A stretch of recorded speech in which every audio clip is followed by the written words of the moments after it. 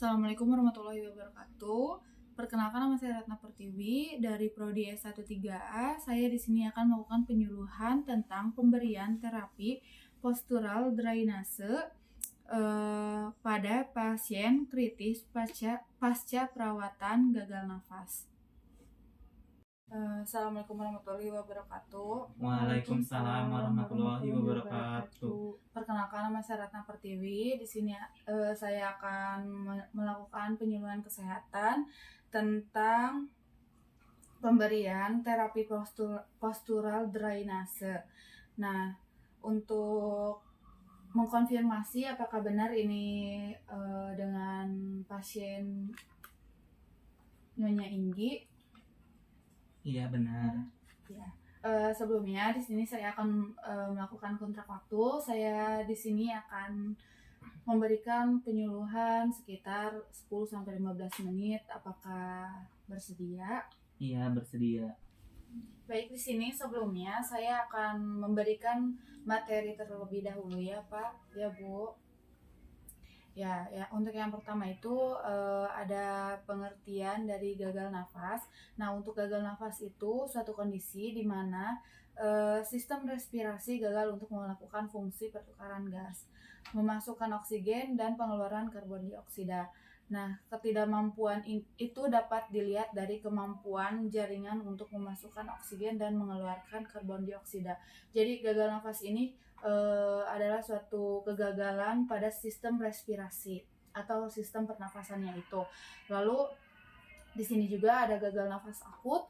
Ini sama, namun pernafasan untuk mempertahankan suatu keadaan pertukaran udara antara atmosfer dengan sel-sel tubuh yang sesuai dengan kebutuhan tubuh normal. Lalu yang selanjutnya itu ada pengertian dari fisioterapi dada, yaitu salah satu daripada fisioterapi yang sangat berguna bagi penderita penyakit respirasi baik yang bersifat akut maupun kronis. Lalu untuk pengertian dari postural drainasenya itu merupakan cara klasik untuk mengeluarkan sekret dari paru dengan mempergunakan gaya berat dari sekretnya itu sendiri. Jadi untuk postural drainase ini cara untuk mengeluarkan sekret yang menumpuk pada paru atau pada sistem yang ada di dalam tubuh. Lalu mengingat kelainan pada paru bisa terjadi pada berbagai lokasi, maka postural drainase ini dilakukan pada berbagai posisi disesuaikan dengan kelainan parunya. Lalu untuk yang selanjutnya itu ada patofisiologinya. Nah, untuk patofisiologinya itu penderita ditempatkan sedemikian rupa sehingga dari lokasi kelainan paru terjadi pengeluaran sekret dengan bantuan gaya beratnya. Lalu di sini ada menurut Peterso dan kawan-kawan dan Graham, ini itu para ahli yang mengatakan bahwa pada kasus-kasus seperti pneumonia atau eksaserbasi akut dari bronkitis kronik, adanya perbaikan hal tersebut di atas tidak selalu terjadi. Lalu untuk yang selanjutnya itu di sini saya akan menjelaskan cara untuk melakukan postural drainase. Nah, untuk melakukan postural drainase ini tidak ada persiapan khusus pada penderita. Yang penting adalah perlu diketahui lokasi kelainan pada paru serta keadaan umum penderita. Nah, untuk mengetahui dengan cepat perubahan klinik penderita yang mungkin terjadi selama dilakukan postural drainase ini, sebaiknya kayak mengerjakan postural drainase berada di muka penderita. Postural drainase ini dilakukan dengan mengatur penderita pada posisi tertentu, yaitu pada posisi supaya terjadi pengeluaran atau drainase sputum yang cepat karena pengaruh gaya beratnya disertai pengaruh perkusi dan vibrasi dada. Jadi untuk beratnya sekret atau penumpukan sekretnya itu nanti akan dilakukan sebaliknya supaya sputum atau sekretnya itu keluar. Untuk yang selanjutnya itu ada sedikit saya jelaskan untuk mengenai teknik batuknya. Nah, yang pertama itu kayak mengambil posisi duduk dan membungkuk sedikit ke depan karena posisi tegak memungkinkan batuk itu lebih kuat. Lalu yang keduanya itu jaga lutut dan pinggul fleksi untuk meningkatkan relaksasi dan mengurangi tegangan pada otot-otot abdomen ketika batuk. Lalu yang ketiga itu menghirup nafas dengan lambat melalui hidung dan mengembuskannya melalui bibir atau mulut yang dirapatkan beberapa kali. Dan yang terakhir itu ada batuk 2 kali selama setiap kali ekshalasi ketika mengkontriksi atau menarik ke dalam abdomen dengan tajam bersama dengan setiap kali batuk. Lalu yang selanjutnya itu hal yang perlu diperhatikan dalam pelaksanaan fisioterapi dada postural drainase itu adalah yang pertama ada batuk 2 atau 3 kali berurutan setelah setiap kali berganti posisi. Lalu yang kedua itu ada minum air hangat setiap hari sekitar 2 liter. Lalu yang ketiga, jika harus menghirup bronkodilator, lakukanlah 15 menit sebelum melakukan postural drainase.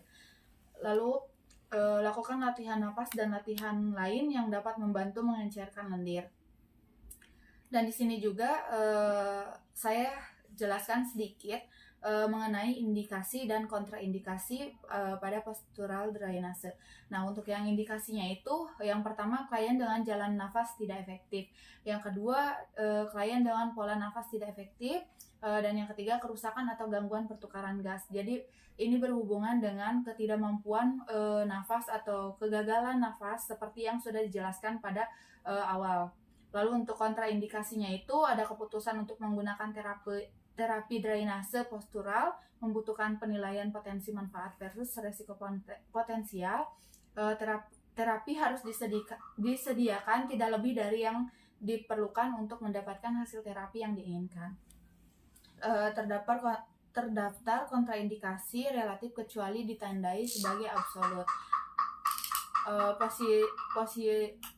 Positioning kontraindikasi pada semua posisi itu, yang pertama itu tekanan intrakranialnya itu lebih dari 20 mmHg, yang kedua cedera kepala dan leher, yang ketiga ada perdarahan aktif dengan ketidakstabilan hemodinamik.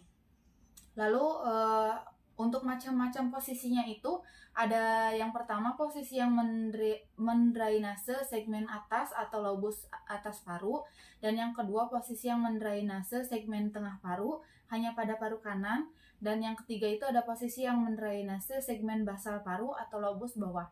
Lalu untuk langkah-langkahnya saya jelaskan terlebih dahulu sebelum saya mendemonstrasikan. Untuk yang pertama itu di sini ada yang pertama, siapkan alat yang dibutuhkan. Nah, untuk alatnya itu ada tempat tidur atau tempat tidur rumah sakit yang digunakan untuk pasien yang tidak mampu beraktivitas. Lalu ada papan miring, ada kursi, ada bantal 1 sampai 4 bantal atau sesuai dengan yang dibutuhkan. Lalu ada tisu, ada kantong plastik atau kertas atau teko air dan air minum. Lalu wadah dengan ukuran tertentu atau kom, dan sarung tangan sekali pakai. Untuk pelaksanaannya kayak mencuci tangan dengan bersih, setelah itu melakukan tindakan postural drainasenya. Itu langkah-langkahnya. Setelah itu saya akan melakukan mendemonstrasikan cara bagaimana melakukan postural drainasenya itu. Sebelumnya Bapak selaku keluarganya tolong perhatikan nanti untuk saya pada saat saya melakukan demonstrasi ya, paling ada satu yang saya demonstrasikan, namun tadi sudah saya perlihatkan dan sudah saya bacakan juga mengenai macam-macamnya. Nah, yang saya akan praktekkan itu pada posisi lobus atas kiri segmen posterior atau posisi lain. Ibu, saya mohon izin dulu ya untuk merubah posisi duduk Ibu terlebih dahulu. Lalu taruh bantal di atas paha pasien dan kakinya diharapkan menepuk. Ibu tangannya ke atasin ya. Dan ibu kepalanya ditaruh ke bantal tapi dimiringkan ya Bu. Seperti ini ya Neng. Iya. Lalu untuk posisi, walaupun posisi drainasenya ini seperti ini, tetap saja dilakukan vibrasi atau clapping dada untuk si bodoh banget. Atas dia deh. Coba tuh sama. Walaupun posisinya seperti ini, sih. Ya Nah, pikiyo. Aing tunduk. Kilo banget tuh diedit Ulang henteu tadi. ya kan mana kan editnya. Nah, untuk posisi lobus atas kiri segmen posterior kurang lebih seperti ini, dan nanti dilakukan juga vibrasi atau clapping dada juga. Untuk melakukan vibrasi dan clapping dada, tangannya diharapkan seperti memegang mangkuk, dan dilakukan clapping dada selama sekitar 2 atau 3 menit. Setelah itu, setelah melakukan clapping dada tersebut, biasanya langsung kita melakukan batuk efektif seperti itu untuk mengeluarkan sekret atau dahak yang ada di dalam tubuh. Setelah tadi melakukan posisi drainase dan mengeluarkan sekret, Ibu mohon maaf ya, saya benarkan lagi posisi Ibu seperti semula. Nah, Terima kasih. ya, nah untuk melakukan postural drainase ini biasanya dilakukan paling efektif itu sebelum makan dan sebelum pemasangan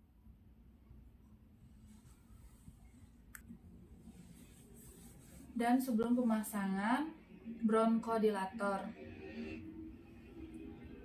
Lalu dan ini dilakukan selama 10 menit atau 20 menit.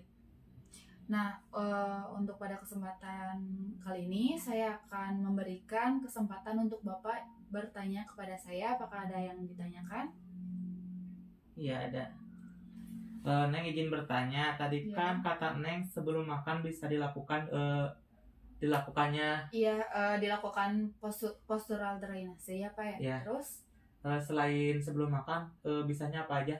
ya, untuk melakukan postural drainase ini tadi udah dijelaskan sebelum makan, dan biasanya bisa juga pada saat bangun tidur atau sebelum tidur pada malam hari gitu.